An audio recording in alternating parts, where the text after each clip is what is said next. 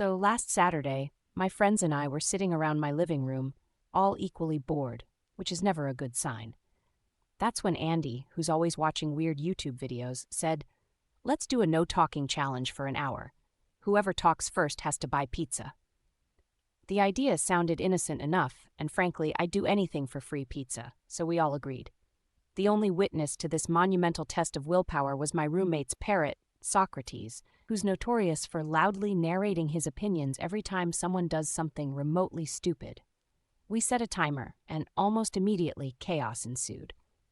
Emily tried to communicate her need for snacks by miming eating invisible popcorn, which led to Andy pantomiming the Heimlich maneuver, and that made me laugh so hard snot almost shot out of my nose. But we're stubborn people, so we all kept our lips zipped. Meanwhile, Socrates sat on his perch, watching us with the expression of an old philosopher who's seen too much and is deeply disappointed in humanity. Occasionally he'd cock his head and blink, which somehow felt more judgmental than if he'd actually said, "Idiots." About 45 minutes in, things got desperate. Andy tried to order pizza using only interpretive dance, which prompted Emily to start acting out a scene from some silent film, and I accidentally knocked over a glass of water trying to mime drink. The room was absolute mayhem, but not a single word was uttered. Socrates, for his part, looked like he was taking notes for a thesis paper on human stupidity.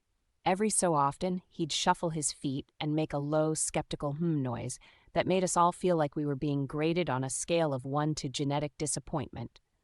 Finally, the timer went off, and we all exhaled in relief, immediately breaking into laughter and yelling about who should buy pizza.